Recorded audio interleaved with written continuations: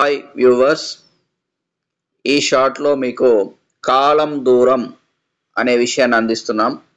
మరి ఇక్కడ ప్రిన్సిపల్స్ కూడా ఇచ్చారు చూడండి.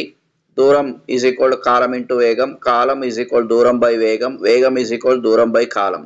సో ఇలా ఈ ప్రిన్సిపల్స్ ద్వారా మీరు ఖచ్చితంగా ఎంత దూరం, ఎంత కాలం, ఎంత వేగం అనేది ప్రాక్టీస్ చేసినట్లయితే జేఏఓ కానీ, బిఎస్ఆర్బి కానీ, ఆర్ఆర్బి కానీ, ఆర్ఆర్బి సికింద్రాబాద్ కానీ, లేదా ఇతరత్ర ఏ పోటీ పరీక్షలకైనా ఇది తప్పనిసరిగా ఉపయోగపడుతుంది.